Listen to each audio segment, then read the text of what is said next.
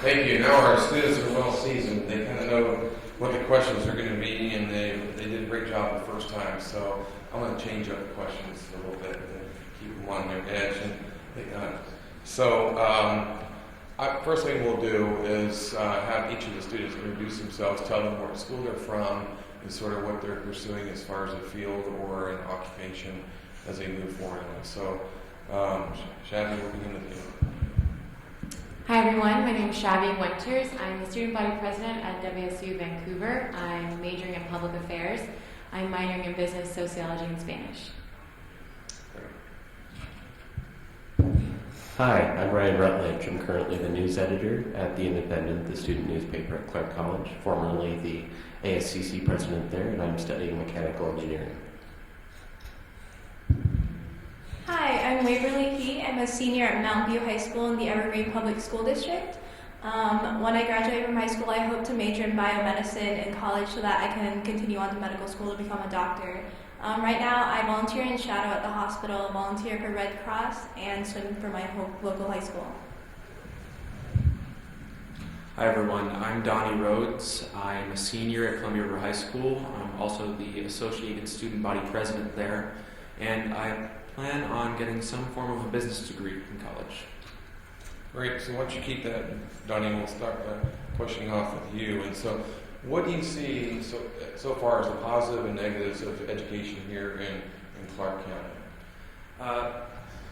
I think that I, among most of the other youth in Clark County, I'm fortunate enough to be able to attend free for me public school through the taxpayers, and that's really the only negative I can pinpoint being in the International Baccalaureate program at Columbia River, a great program, really prepared me for college.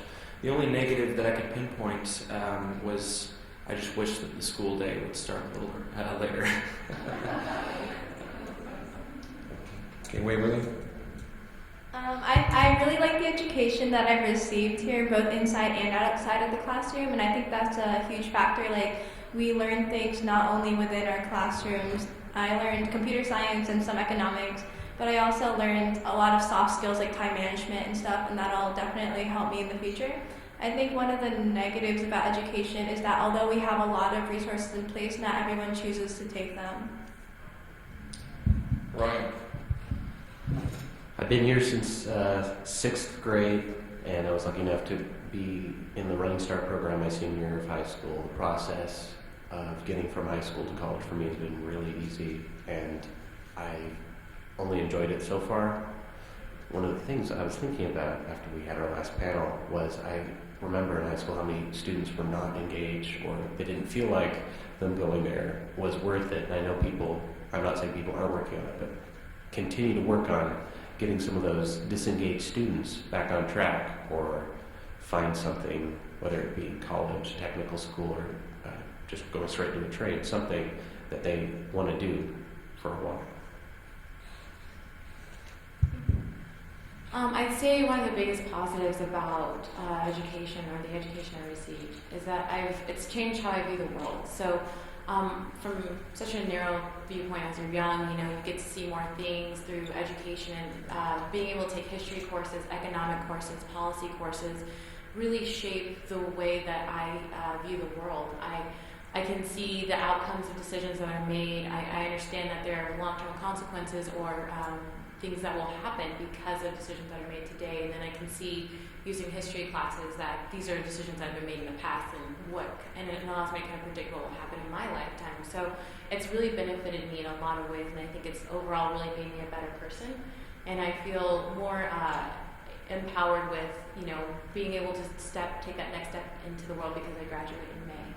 I'd say one of the downsides of education, at least from a university student standpoint, is that the cost is huge. I myself worked 2 jobs through 3 years of my college education. So 2 jobs, going to school full time, it can definitely be a burden, are a lot to take on. And so a lot of the students at WSU Vancouver do work at least one other job. And so that the cost of tuition is really something that, is sometimes a deterrent for people pursuing higher education. Great. So the next question is, how has technology and the changing technology affected your education, and how do you see it affecting your career in the future? Shavey, why don't you go ahead and So technology is everywhere at our university. It's in our hands. We have cell phones, Facebook, texting, emails, those kind of things, Twitter, for those of us who are really hip. I'm not there yet. But there are a lot of technologies always present. As far as in the classroom goes, we have textbooks available via e-readers or any kind of like iPads or things like that. A lot of our classrooms put material online, so if you're familiar with Blackboard or Angel, it's where students go, it's like a course portal, and it's where they can go and kind of get their assignments, turn in assignments, even if your class is in person. Sometimes you're still doing this process of using that online kind of as a middle person between you and the instructor to kind of make sure that the assignments are being streamlined, they're due on time, and that there's no confusion or like handwriting is hard to see or anything like that. So technology is always present. In my statistics class, we usually go to a computer lab, and we do formulas and equations together on the computer so that we can all make sure we're on the same page, learning the same information. Right? One of my favorite pieces of technology that we have at Clark is this little tablet a lot of the teachers use in the classrooms. A lot of the classrooms are now smart classrooms. They have this setup where they can actually write on this little tablet thing all the notes that they do for the lecture, and then a lot of the time they're able to actually post that online, and that's really helpful for me. Another thing is having textbooks online. A lot of classes have their textbooks both online and in the regular book form now, and a lot more people are focusing, especially me, I'm working at the student newspaper, on getting stuff published online first, and there's a lot more you can do online. Honestly, you can have videos, interviews, sound bites, and everything is just at the tip of your fingers there, and that's really cool for me. Technology for me has been kind of inseparable from my education. Like in the classroom, instead of passing notes, students text each other. So technology can be a distraction for sure, but it has also helped us a lot. Like about the online textbooks, I like those a lot. Instead of 7 pounds of books, I only have to carry 5. So in our math department, we actually offer iPads for the kids that want to interact with math models on screen. And so I think that's a huge benefit, especially for kids who might otherwise have trouble visualizing the concept. They can see it played out on screen. And in my own calculus classroom, we have graphing calculators available to those who can't afford them at home. So our school is taking steps to offer education and technology that is universal. And when I go home, I use my laptop to do homework. I can't even imagine not having my laptop to type up Word documents. Like writing those 5-page essays would be super painful without it. When I look at all the new technology things that the districts are trying to implement, I feel like I may have gone into the public school system a little early to take advantage of most of the things that are up and coming. Obviously, having computers at school and having like the Google search engine to use at all times is such a great advantage and a great resource. But the really exciting thing for me is that we're uncertain where technology will take us from this point forward. I mean, it's certain that it will continue to help us, but in what ways? That's really cool to think about. I mean, I learned how to do long division in elementary school on paper, and I can't remember the last time I wrote out a mathematical equation on paper. It's basically a requirement in my math class to have a graphing calculator. So just to see the upward trend and where we might go with that is what's truly exciting. So Donnie, you think you missed out on some technology? I was using the World Book Encyclopedia for all my sources of information. So, but I do want to follow up on the technology piece. So, World Book, they vetted that, and typically the information is pretty reliable. Now you all have access to the internet, and you can try to find the answer to a question or do some quick source, go right to the internet, and you get a response. But you may not get a very good response. It may not be vetted very well or very academic. So what do you do using your technology to make sure that you're kind of getting multiple perspectives and that the response that you receive on the internet is somewhat accurate and reliable. So Don, I'll let you begin. Thankfully, at school, especially when we're using our technology, they teach us how to do proper source checking and searching. They don't just let us look up documents willy-nilly on the internet. They usually have us search databases, or if we are finding sources through search engine, we must find out if they're reliable or not. No Wikipedia. I have nothing against Wikipedia, but all of my teachers do. And I can get why. But there's definitely, like you said, there's a lot of things that need to happen after we've been given this huge power, because with power comes responsibility. Steps have been taken to make sure that we aren't just getting the wrong information. Waverley? I agree with Donnie. Our schools teach us how to research reliably and to make sure that we are getting accurate information. For example, if we are Google searching something, I try to open 2 or 3 links and to make sure that they all contain the same information, they're reliable, it's been confirmed. When you're researching, try not to use a .com site, .org or .edu or .gov is the way to go. And so basically these simple steps that we've taken have really allowed us to narrow down our searches and make them more accurate.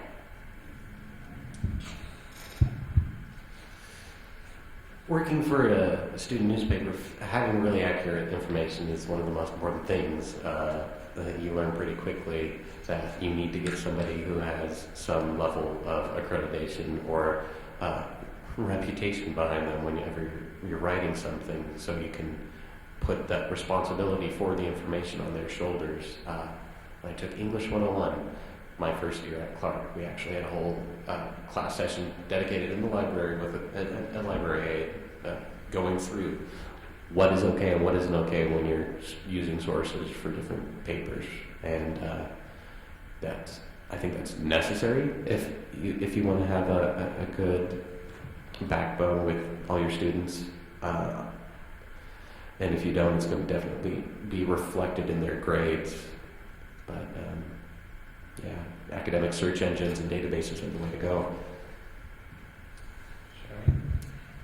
I love Wikipedia and I use Wikipedia all the time, but I do not use it in the classroom. So it's a very clear distinction to make. If I'm curious when the next super cool action movie is coming out, I might, Wikipedia the date. But if I'm interested at all in international policy and what the dichotomy is between 2 states, I'm not going to Wikipedia that. Sometimes it can be used as a good place to start, but of course you do want to take that idea that you might find on a Wikipedia site and you want to run it through an academic database. And so at WSUV Vancouver, we're very fortunate enough to have that database where I can type in nation states and possible economies, and it gives me articles from around the world. That's incredibly it's so hard to think about what it was before that. You had to get the dictionary, and then you're like, what's this word mean? Because you have to find it, and then you have to find the encyclopedia, and it's all this extra work, and I can't even fathom how things were done. Okay, that might be a little bit much, but it's so different, and I really do value the abilities that are the tools that we have.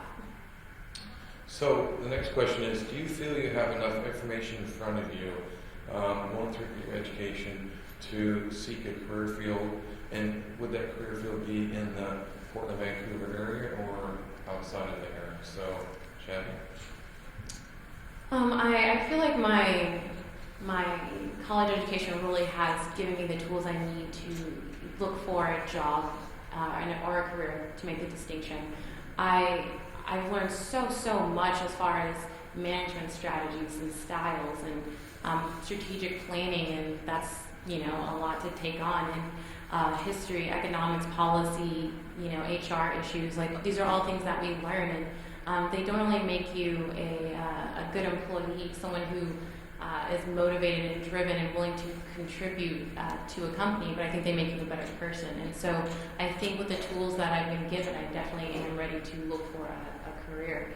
Whether or not I stay in the area really just depends on what I happen to find or what finds me to be magical. But what just what happens. I'm very open to the possibility of staying here locally or moving around depending on the career I end up with. Right? I'm willing to go wherever a job or career would take me. I know I'll always have a home here in Vancouver, but I'm really, really open to any possibility right now. I'm excited about how much is possible. I'd like to eventually come back here and have the rest of my career here, but right now I don't know where it's going to take me, and I'm comfortable with that, and I'm excited to see where I'm going to end up, but I would like to eventually end up back here. Waverley? Our school requires us to take a certain number of career classes, so like that would be something like computer science or psychology or economics. Our school really encourages us to like explore different options that we might take like after graduating, and I think that is a huge factor in impacting us and our decision, especially about what we want to do after we graduate. And our community has also been really supportive of us, like Scott Bailey, the regional economics that spoke this morning. He comes into our economics class to mentor us a few times a month, so that's really nice to have that support from our community, and I think that reflects back on this area and really encourages us to be open to staying here because we have such friendly people and such nice businesses around here. Donnie? I think the notion of me staying in Clark County for a career depends on a few different things, that being what career I decide to pursue, and then also whether Clark County has that career. And, I could go into a few different things depending on what I do in college. I may want to join a large tech startup like Google or Microsoft, or I may want to work for a small company completely unrelated to technology or computers. I've even entertained the idea of going into politics, but I don't want to get into that. I just think that ultimately there are some steps that Clark County needs to take in order to keep the youth within Clark County, and that maybe help to grow rising industries, the stuff that's exciting to our youth, sustainability, technology, those kind of things. And if that doesn't happen, I may end up anywhere, wherever my career decides to take me. So, Donnie, you'll answer the question here first. So, 10 years from today, January 23rd, 2024, what would success look like for you if everything went your way? First of all, I'd be married and I'd maybe have a few children.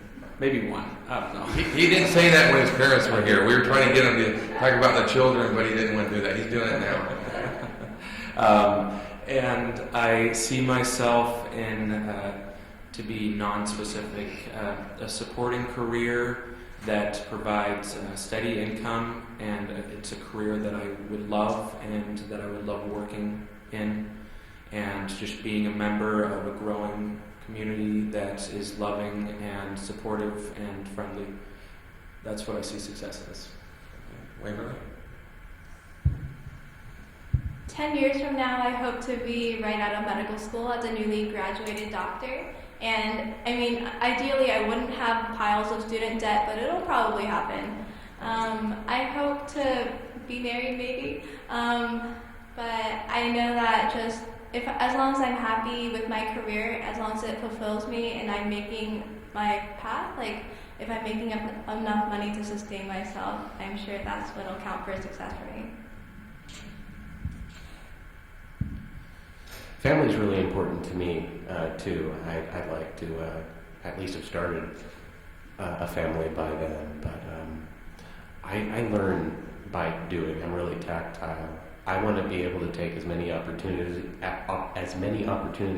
as I can from now until then to figure out what I want to do with the rest of my life, because I'm not entirely sure right now, and that's okay with me. I like taking on challenges and turning them into opportunities and figuring out if I want to keep doing that.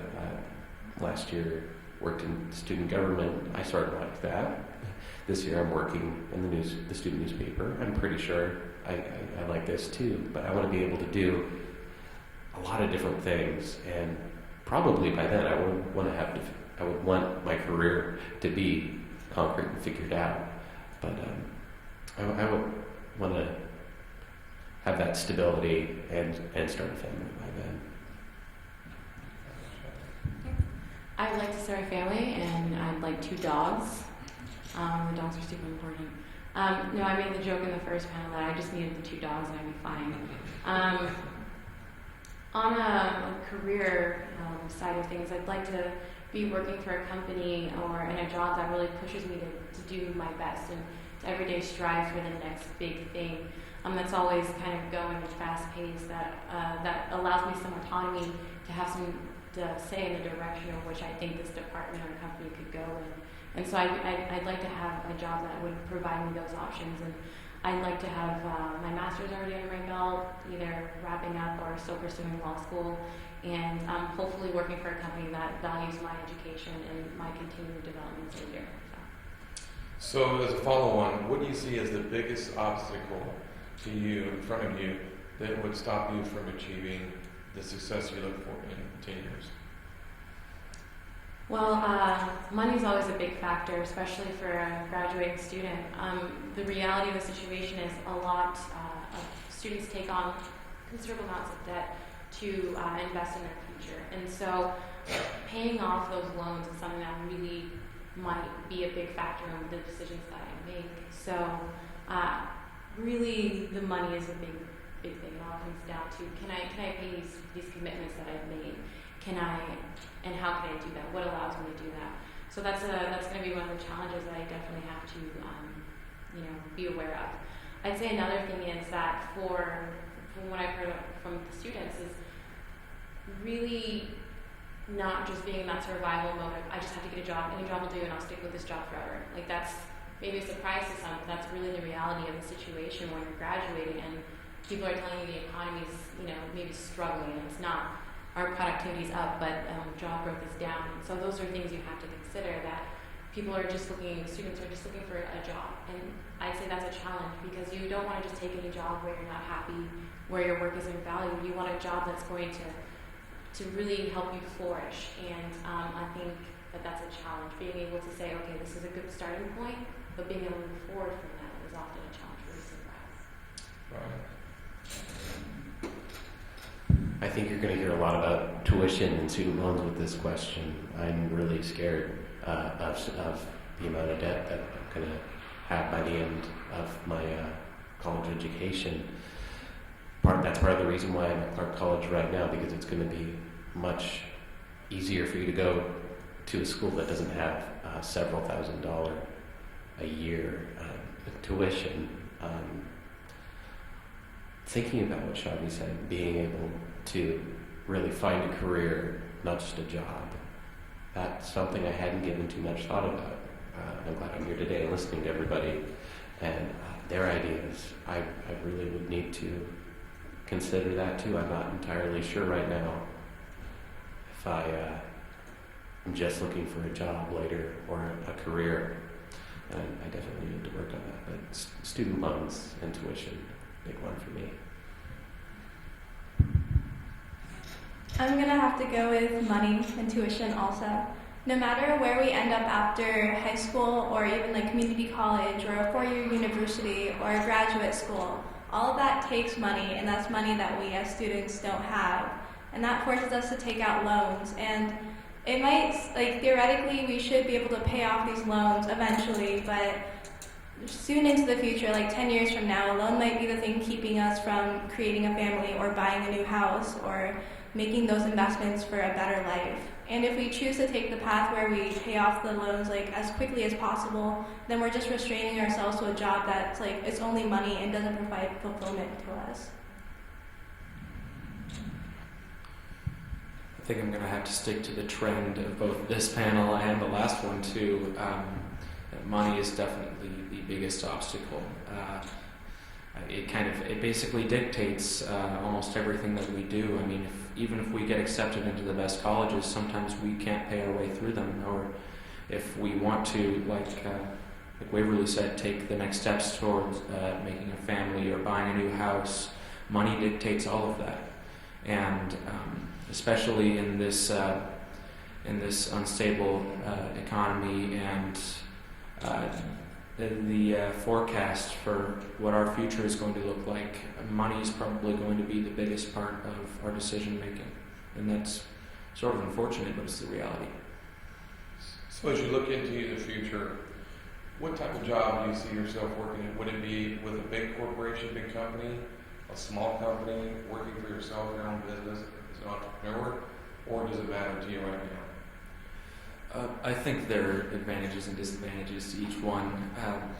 Advantage of working for a big company, you have the security knowing that your company probably isn't going to tank because they are built on a strong foundation and extremely relevant in the industry. I can imagine myself working for somewhere like Microsoft or Amazon, and that would be a really cool thing to be a part of something so big, something that's growing fast like that, and something that's already so relevant. But at the same time, I also want a chance to have an influence in the decision-making process. I don't just want to be a face among the crowd. So under that same philosophy, I think that working for a smaller company would have its advantages and disadvantages. There's more of a risk of financial security, but at the same time, that would allow me the opportunity to have an influence on what goes on and be able to move up in the ranks. And as far as starting my own company, that would be, I think that's risky for anybody who decides to go down that path, and that it can be fruitful, but it's definitely something that is not for everybody. I agree that there are a lot of pros and cons to deciding what kind of business that you want to join, whether it be a big business or a small business or an independent business. And I think a lot of that also depends on which career you want to take. Like, as an aspiring doctor, I would probably choose to work in a big hospital because of the security and stability that comes with it. And because all the upper levels, I guess, take care of most of the administrative paperwork, I would be able to focus more on my patients and my own work. And maybe for a computer scientist, that would be different. Like, if I wanted to design a program, I might want to join a small company for the freedom that comes with it. And if I wanted to open my own store, then I would probably choose an independent company because I wouldn't want someone looking over my shoulder at all times. So it really depends on what kind of career you're heading towards and what kind of benefits that you're looking to get out of your work. I could see myself working for a big company, small company, anything in between. I'm more worried about whether or not they're building employee loyalty. I don't want to work somewhere where the work I do isn't valued, or I'm just a cog in a machine. I want to be able to work somewhere where I know I'm appreciated and I know the work I'm doing is good. I also want it to be really fulfilling. I don't want to be disappointed in a product, or I want to be able to agree with what I do, basically. But yeah, I want to work somewhere where they try really hard to build employee loyalty. It's more important to me than how big it is.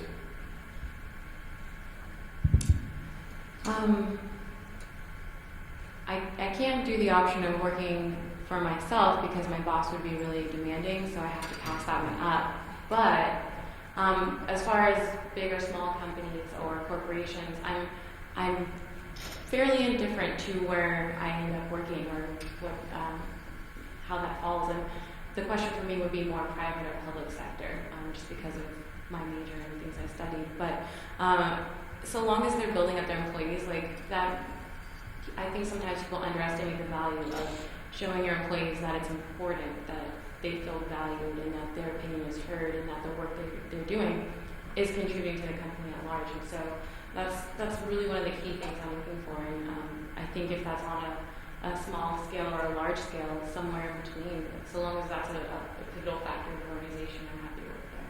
So to follow that, as you look at companies, will it matter to you as you look into their history, whether they're good corporate citizens, Do they respect differences, support diversity? Are they sustainable, environmentally? Will that matter to you? Yeah, it definitely does. If you're looking for a job and you're just looking to pay off those student loans, maybe it factors into it less, and you're just there for the check at that point in time. But if you're looking for maybe a place to build a career, it definitely factors into it. I know one of the big things I'm looking for is reputation of a company, not just how they work with other companies, but that is a big part of it. Are they good collaborators with others? Are they innovative? Are they always looking for new ideas, new strategies?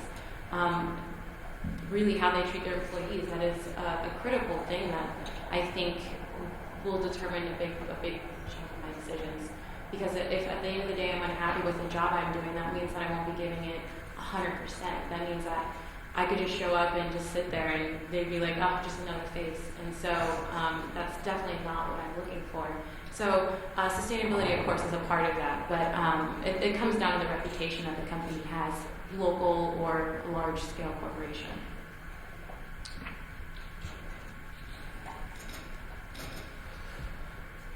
If a company like ExxonMobil or one of the companies that does fracking or the shale gas, like Scott and John and Rick were talking about earlier, I'm honestly not sure if I'd take them up or not. It would honestly be whether or not I was just doing it as a job or whether I wanted to make a career out of it. And I'm not sure. I may take them up on that offer. I'm not sure yet. I'm glad I have a couple more years to think about it before that's an issue. But I would hope it's important to me, reputation and the sustainability and the corporate, the giving back. But I think a lot of people are offered or put in a situation like that, and people do make a career out of it. That's why they exist right now. And I need to think about it a lot more before I'm able to make a decision like that. But it really does come down to whether or not you're going to make a job or a career out of it. In practice, a lot of what our jobs are doing won't directly impact the environment. For example, if you're working for a really big company that has kind of adverse environmental policies, you're not going to see that in your everyday work. And so it's really up to you if you firmly believe that you should not harm the environment. If you're a supporter of those policies to help the environment, then it's more of a moral belief rather than a practical one to whether or not you want to take that job. And so I think that varies from person to person. Personally, it would turn me off a little bit if a company that I was considering were to harm the environment through any of their policies.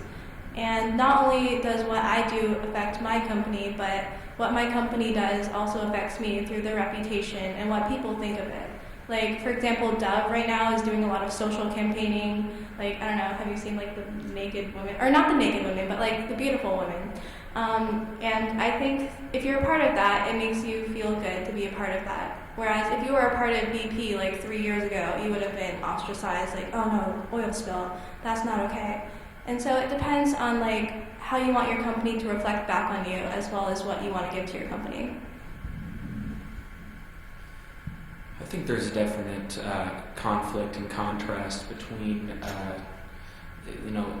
being sustainable as an industry and not, because right now most of us recognize that sustainable practices are necessarily cheaper than the alternative, and that's why so many huge companies are not using sustainable practices. So part of me definitely wants to take that into consideration, but I wonder in my future when I'm deciding where I want to go in, if that will even be an option for me. Will all the companies be sustainable by then, or will it still be much cheaper for companies to choose the easy way out and not care about certain things? I'd say that when I'm making my decision, they said earlier, it's definitely, there's a difference between making a choice for a job and a career, being that if I'm just trying to pick up some extra money, instead of investing my time into giving back to a company, it wouldn't matter as much. But in choosing a career, I definitely want to pick a company that considers sustainable practices. Great. So, knowing that you're very talented folks here and you're going to be very successful, what would it take to keep this talent? Because we want to keep you in this region, the Portland, Vancouver region. So, what would you look for to keep you here in this community and work in this community? I mentioned this earlier, but I think it's the duty of Clark County and the state of Washington to step up and start giving aid to growing industries that are sustainable, like I mentioned, and that are more attractive to the youth. Because there are certain things that will draw people away from this area. I mean, if I want to get a job in the tech industry, would I rather stay in Clark County or go to Silicon Valley? It's just, I guess you have to kind of look at all sides of the situation and say, well, what are the youth today interested in? Okay, this is what's going to keep them here. Let's start doing that. So I'd love to stay here in Clark County because I really love this community and I'd love to give back to it. But at the same time, if there isn't a career opportunity here for me that I really love, why would I stay here? I'd say get involved in our education while we're still young. It reflects well on the community if we're involved in our education. Like, for example, Scott Bailey, who is involved with us. It reflects well on Clark County, and it makes it seem like you guys are taking your personal time to invest in us and our education. And other than that, one of the main challenges of education and employment is money. So if you guys, financially help students who are looking for employment but may not be able to afford staying here rather than going somewhere else and getting a higher wage, then maybe the best way to attract them is to give them something that will attract them, higher wages. I think one of the things anybody who wants younger employees or anybody really to stay in Clark County is they really need to establish a noticeable presence here. You need to make everybody aware that whatever you do, whether it be a computer science firm or a bakery, you just need to make sure people know about it and get into high schools. I don't know how you would do that, but get your name out there with especially younger people and again offer them incentives, because it's sort of weird living in a place like Vancouver when you have the other major metropolitan area right across the river, because it always seems like there's more possibilities and opportunities for you not at home. So you need anybody who wants someone to stay here needs to let people know, hey, this is a really good opportunity. We're offering it to you, or the opportunity to pursue it. Here we are. You should stay here. I think that's a great point. For someone who's at a university right now, sometimes it does seem like there are maybe more attractive options elsewhere, but I can't stress it enough to or companies should make themselves known to not just universities, but to the students there. These students are willing and ready to show that they have the initiative and that they have the skill set that you're looking for. And so if it could just be a simple, I know there are programs like this at WSUV Vancouver where students work directly with companies. We do it in our engineering program. They design things for companies.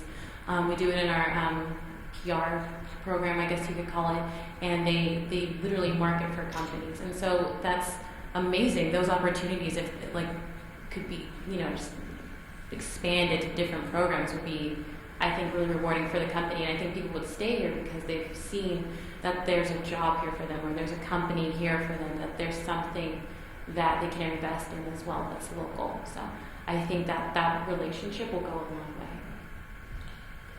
So the next question is, who or what have been the most influential on your career up till now, whether moving into higher education or moving into a career? And I'll ask you not to respond with your parents, because they already said, every one of them said their parents are the most influential. So we're assuming that you've given that response. So look beyond your parents, or what organization has sort of influenced you the most today, up to today?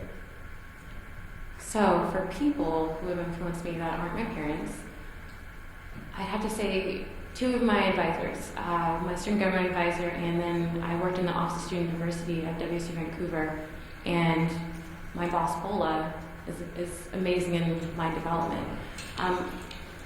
They both taught me to really push myself, to if there's an uncomfortable situation and I'm shy, that it's okay to speak up. It's okay to, empower others. And these are things that they instilled in me that were things that my parents taught me, but they really showed me how to do it in a different setting, in a professional setting, and I appreciate both of the impacts they've made on my life. I have to say, not because I'm obligated, but student government made a big influence on my life. I have worked in student government for at least 3 years in college, and the tasks that you take on, you lobby, you project manage, you strategic plan, you work with, you collaborate with other groups on campus, you work with groups in the community. It's so much of what I think the real world is, and I think it adequately prepared me to be able to do these tasks in the real world and to be okay with the challenges that come. There have been several people in the 2 years I've actually been working and attending college full time that have really pushed me to do things, see challenges as opportunities and not a bad thing, and to just pursue it or fake it till you make it. And quite a few of my coworkers in student government and the newspaper this year. I also I really like history, and one of my favorite things to read about is Theodore Roosevelt and how he worked to establish the national park system and the different nature reserves, and that's really cool to me. If I could be a part of something like that, I'd jump on the opportunity. But some of my coworkers over the past couple years in Theodore Roosevelt. I'd probably say my school, because my school places a lot of emphasis on both academics and athletics, and I think that serves to better me as a person. So by being around the people that I surround myself with, they're all really smart, really athletic people, and that has encouraged me to be the same, to work harder and persevere through everything. Career-wise, I would probably say that volunteering at Peace Health has changed me. Through the volunteer office there, I also started shadowing physicians, and that started to concrete my interest in the medical field. And I think giving that opportunity to me, even though I've never actually been in medical school or taken any specific medical classes, that was a huge leap for me, and I really appreciate that they did that. Well, if I'm not allowed to say my parents, I'd first go with just as a person, my friends and my education, my school have both shaped me to just be the person that I am today and to encourage me to pursue anything that I want to pursue. And so on that note, I think that I want to pursue a career in technology, probably with computers. And so I think maybe the biggest influence there was just something like the internet, to be honest. I have this fixation on just how awesome technology is, and I think it's part of how uncertain and how open-ended the industry is, and that it can go anywhere, because I don't really like concrete, discrete things. Which is kind of ironic, because if you get down to it, to create a program, you have to type in a bunch of these algorithms and little codes and stuff, but you can just do so much with technology. So I think that my exposure to it has ultimately led to my decision to pursue that career. So before we conclude, we're just about out of time. I want to open it up to the audience. Does anybody in the audience have a burning question they want to ask students? Yes? First, I'd like to say thank you for the information. It's very valuable to us as feedback, business, and partners. This is more of a statement and a challenge to you guys. I'd really like and suggest that you get involved with your local chambers, core tours, those type of things to give you a broader exposure on what are the local businesses do. There are many tech firms here that do not have the capacity to get themselves in front of you. And there are many other businesses just like that. And getting involved with that will give you the opportunity to get that exposure of what's available to retain talent in our local communities. Anybody want to comment on that?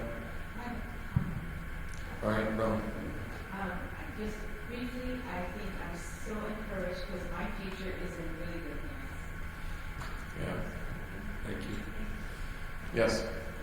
In this morning's panel, one of the speakers talked about the disruptive aspect of technology. It solves one problem, but creates others. I question any of you, all of you, have you as a student or as a citizen seen the disruptive power of technology? Talk a little bit about that. I see the disruptive power of technology every day. Like Waverley mentioned, just people texting in class on the most basic level. I guess that would be disruptive. And on a broader level, I understand that as technology grows, the workforce shrinks. That robots are replacing common labor jobs, and that eventually some computers will be able to process faster than our own brains. My immediate inclination is to just say we need to start investing more in that to let it grow so that the jobs can be focused around creating these things rather than trying to prevent them from taking our jobs. Anybody else going to comment on that? Mr. Chadwick? Just really quickly, yeah, disruptive technology is everywhere. On the basic level of you're in class and your phone goes off and professor's in the middle of a lecture and all you can think is, how urgent is that text message? And so it's everywhere. And I think that for a lot of students who I see who work in a professional field and take classes, it sometimes is they're on their email. And there's this thought that you can multitask, but apparently that's been disproven. It's just your brain rapidly switching back and forth between functions. And so there comes a point in time where students have to make the decision to say, I can handle this much and this is where it stops. But on the macro level, there's definitely the factor of productivity increasing as employment decreases. And I think that's something that we all have to look at, not just creating jobs that support machinery and computer and technology, but creating jobs I should say, furthering education to push our community further and not just relying on machines to do it, but what else can we explore in the human mind while we're, continuing to develop. All right.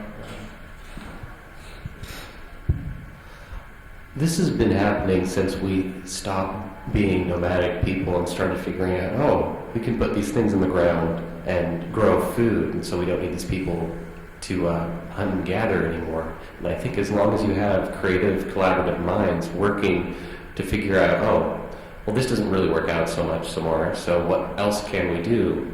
There isn't going to be as big of a problem with disruptive technology as it first seems like there's going to be. So I think that's the most important thing we can do in order to combat some of the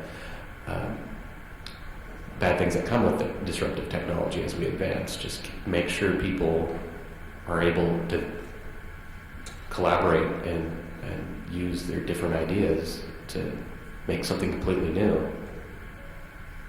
Yeah, so we're dealing with MOOCs in the education system with these massively open online courses that folks can take for free. I mean, one of the panelists mentioned it earlier, the Khan Academy, where they can go on and learn calculus for free. And how is education going to deal with that? How do we get certified and verify all that? And so we're certainly going through that in education. I want to thank our panelists. They've been just wonderful, both sessions. As Rona mentioned, our future is very bright with students like these here, and hopefully we'll be able to keep students like these in our community. They'll go away and come back. They'll get their education and maybe start a career, but come back and live and work in our communities to make our community a better place. So let's give our panelists a really big hand. And I thank the audience for attending. Thank you very much.